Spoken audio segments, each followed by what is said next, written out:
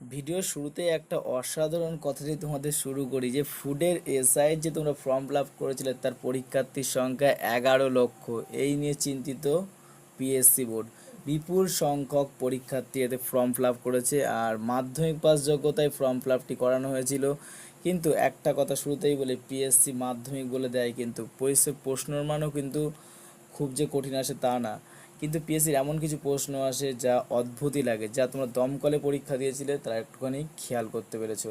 তাদের অঙ্কুর প্যাটার্নটাও হয় একটু অন্য টাইপের, তাদের জিকের প্যাটার্নটা হয় অন্য টাইপের। তাই আমি বলবো যারা পিএসসির এই ফুডের এসআইয়ের করতে পরীক্ষা দিতে বসবে তাদেরকে আমি আগে এটাই সাজেস্ট করবো যে পিএসসি যে বিগত যে কোনো পরীক্ষায় যে প্রশ্নগুলো এসেছিলো না, একটা কালেক্ট করে নাও বই, আর সেই বইটাকে ভালো করে আগে 1 মাস পড়ো। হাতে বহুত সময়, যে তোমাদের এক্সাম যেটা বলবো, এক্সাম ডেট তোমরা শুনলে অবাক হয়ে যাবে, এখন এক্সাম ডেট কোনো দেয়নি। তারা বলেছে 2019 সালে এক্সাম হতে পারে। পরীক্ষার্থীর সংখ্যা 11 লক্ষ। 11 লক্ষ পরীক্ষার্থী বসবে। আর তোমাদের যেটা বলে দেবো যে সিলেবাসে কী আছে, 50টা জিকে আছে, 50টা ম্যাথ আছে।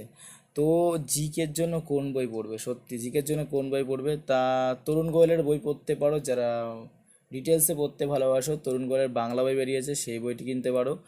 আর আমি বলে করবো যে রেলওয়ে যে রিক্রুটমেন্ট চ্যালেঞ্জের বইটা আছে, বইটাতে সব এক্সামে প্রশ্ন কমন আসে, ওই একটা বই কিনে নিতে পারো। আর দেবদত্তর বই কিনে নিতে পারো। আমি মনে করি, আশা করি জিকে পুরো হয়ে যাবে। আর যে এসআইয়ের উপরে একটা জাস্ট সিলেবাস ভিত্তিক একটা বই কিনে নিও, সেটা পড়ো, কারণ সেখানেও কিছু প্রশ্ন কমন আসবে। আর অবশ্যই কারেন্ট অ্যাফেয়ার্স কিন্তু ভালো করে পড়তে হবে, কারণ এখানে 50টা জিকে আছে, এতে কিন্তু জিকের মানটা কিন্তু একটু অন্য টাইপের হয়, না হলে কিন্তু পারবে না। আর রয়েছে 50টি ম্যাথ। তো ওই ম্যাথটা নিয়ে আমি পরের একটি ভিডিওতে আলোচনা করবো, আর জিকে নিয়ে সম্পূর্ণ আলোচনা করব। আর যেটা বলবো, দেখো এক্সাম হবে কিন্তু ওরা বলছে এখন আপাতত এখনও বলছে বাংলায়। তোমরা জানো যে হট করে ওরা চেঞ্জ করে দেয় সব কিছু পিএসসি বোর্ড।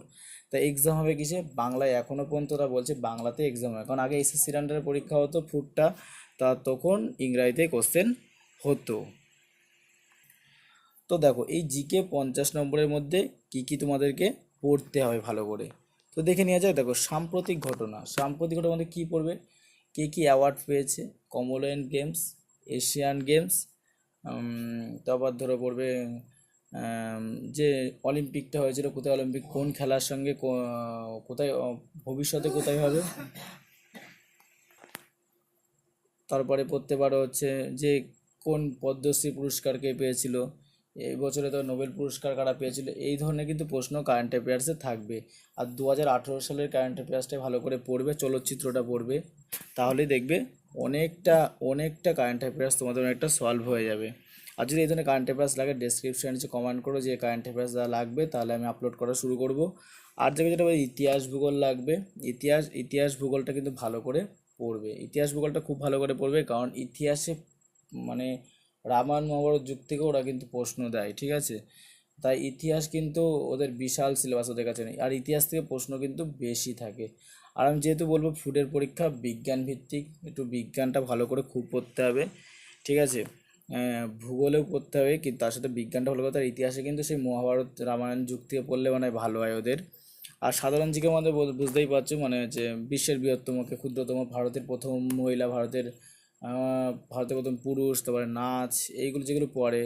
তারপরে উম, কার কী ছদ্মনামে ডাকা হয়, যে সাধারণ জিকেগুলো আছে, তো এইগুলো পড়তে পারবা।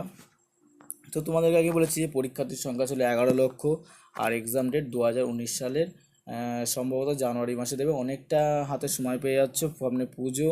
আর বলবো যে খুব ভালো করে এটার জন্য পড়াশোনা করতে হবে। 917টা সিট থাক, 11 লক্ষ পরীক্ষার্থী থাক, সব কিছু মাথায় রেখে ভাববো তোমার জন্য একটা সিট দরকার, তাই না বাড়িতে প্রচুর পরিশ্রম করো। আর আশা করি অনেকটা অনেকটা তোমাদেরকে এগিয়ে দেবে। এই এক্সামটা না হোক, কিন্তু এই এক্সাম যেন প্রিপারেশন নেবে, দেখবে আর একটা এক্সাম তোমার হাতে পেতে যাবে। কিন্তু যদি প্রিপারেশন না নেওয়া শুরু করো, তাহলে কোনো এক্সামটাই আসবে না, কোনটাই পাস করতে পারবে না। আর পাস করা মানে তুমি একবার পাস করো, মনে জোরটা অনেকটাই বেড়ে যাবে, তুমি কিছু পারো করতে। আশা করি ভিডিওটি তোমাদেরকে অনেকটা হেল্প করেছে। আর ম্যাথের জন্য যদি তোমরা জানতে চাও, তো নেক্সট ভিডিওতে পেয়ে যাবে। আর সেই জন্য আমার চ্যানেলটিকে সাবস্ক্রাইব করে রেখো, ম্যাথে কী পড়তে হবে, কোন বইটা পড়তে হবে।